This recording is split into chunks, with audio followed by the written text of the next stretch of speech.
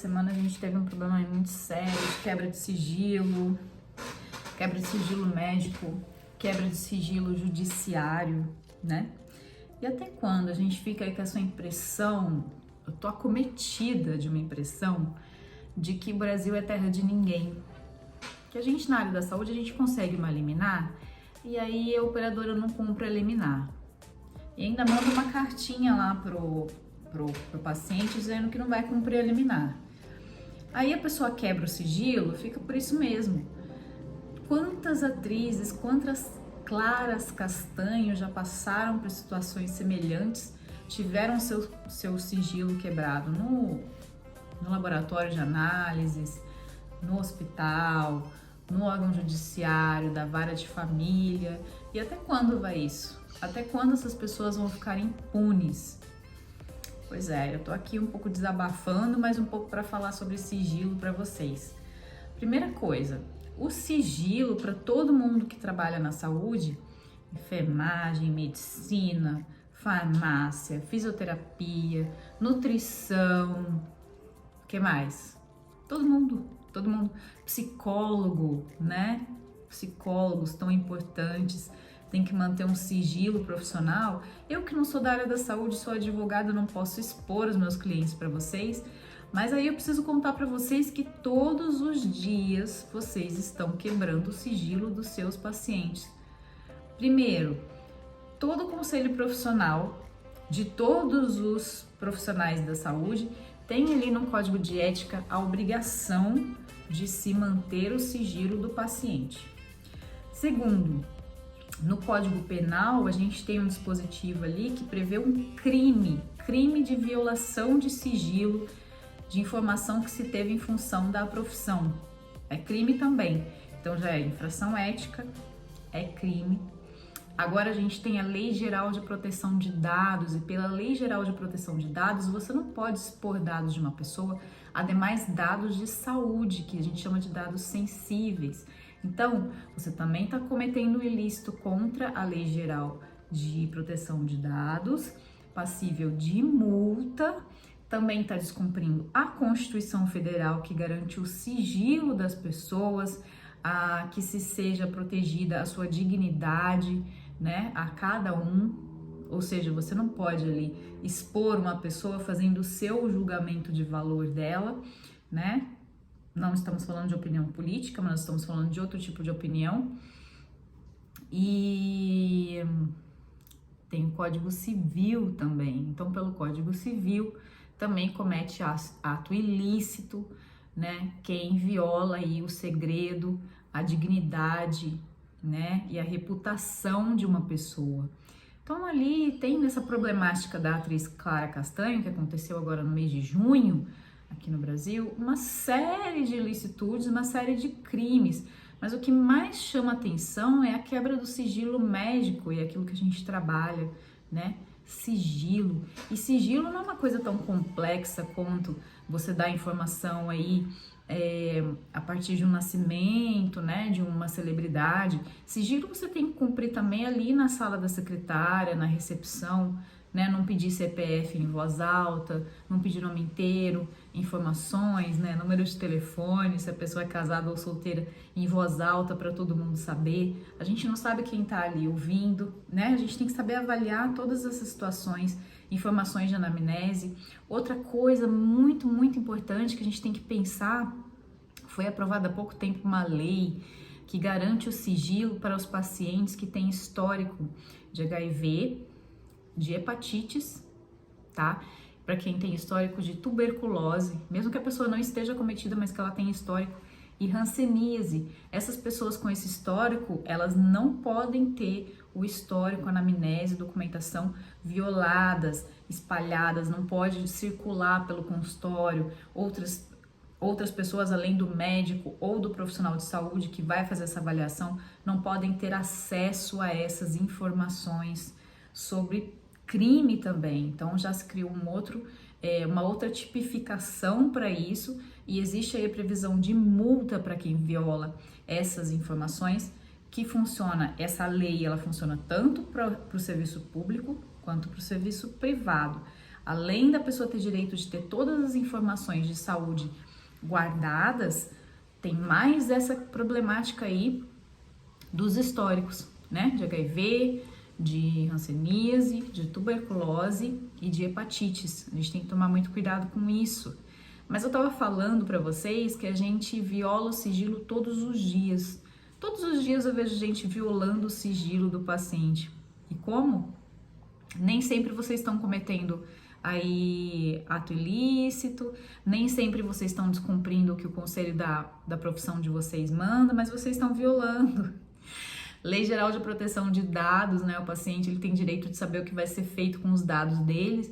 E a foto é um dado sensível. E aí vocês colocam lá o antes e depois, né? Pessoal da estética, bota lá o antes e depois, né, no Instagram. Isso tá violando o sigilo do teu paciente, né? É claro que de repente ele te dá ali uma autorização escrita. Se você guarda a autorização escrita, tá, existe aí uma ressalva para você. Agora, do que eu conheço dos meus clientes, eu vou te dizer que 80% não guarda autorização escrita. Outra coisa importantíssima do sigilo médico para os médicos, a proibição do antes e depois vem justamente da obrigação de sigilo. O teu paciente, ele não precisa revelar para ninguém que ele é teu paciente e você não tem o direito de revelar para ninguém que você tem aquele paciente. Por isso é que é vedado o antes e depois. E não só o antes e depois, como qualquer publicação, qualquer foto com o teu paciente. Foto feliz lá de selfie ganhando presente, foto de parto, né?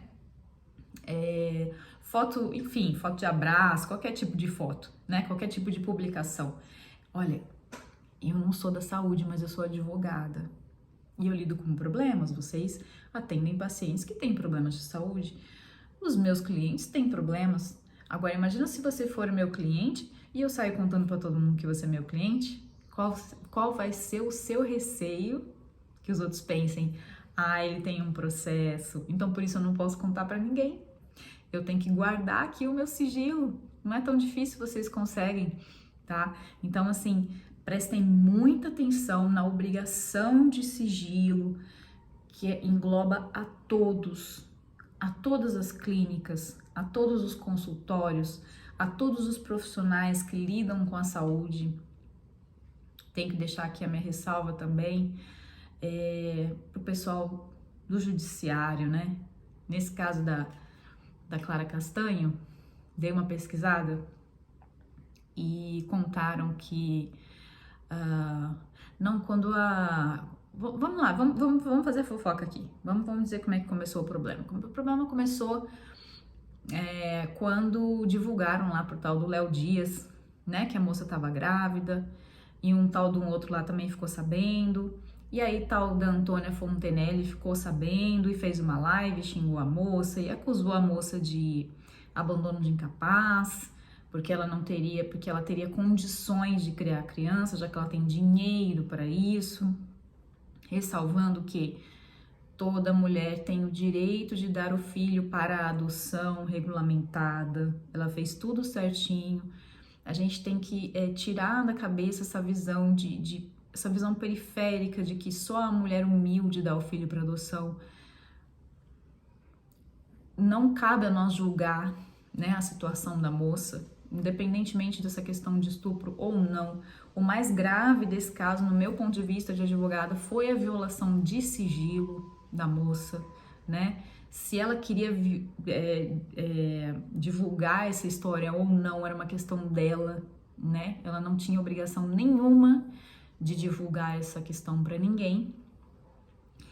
E além de tudo, né? Além de toda essa problemática dessa Antônia Fontenelle ter acusado de alguns crimes, né? Incorrendo em crime de injúria, calúnia e difamação, ela acabou soltando que o Léo Dias teve acesso ao hospital, que confirmou a história no hospital, que conversou com a enfermeira. Ela soltou isso lá na live, se vocês forem assistir, vocês vão ver ela soltando, que confirmou com a enfermeira, que a menina pagou 50 mil reais para fazer o parto particular no hospital, que foi ver o processo, que realmente houve um processo de adoção. Gente, como é que ele teve acesso a essas informações?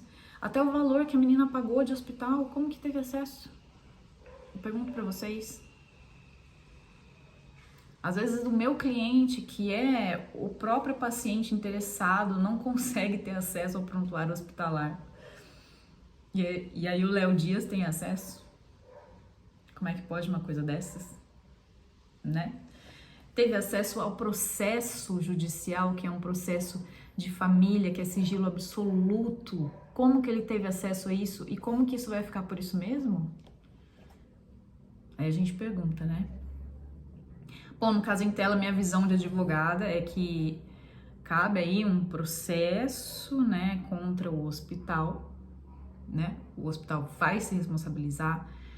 Você que tem aí o seu consultório, não precisa ser um hospital grande, pode ser um consultório com 4 pessoas, faz um termozinho de sigilo para os teus pacientes, para os teus clientes, para os teus funcionários assinarem, para eles entenderem o que é o sigilo, né? Às vezes vai um paciente lá famoso, pede para tirar foto.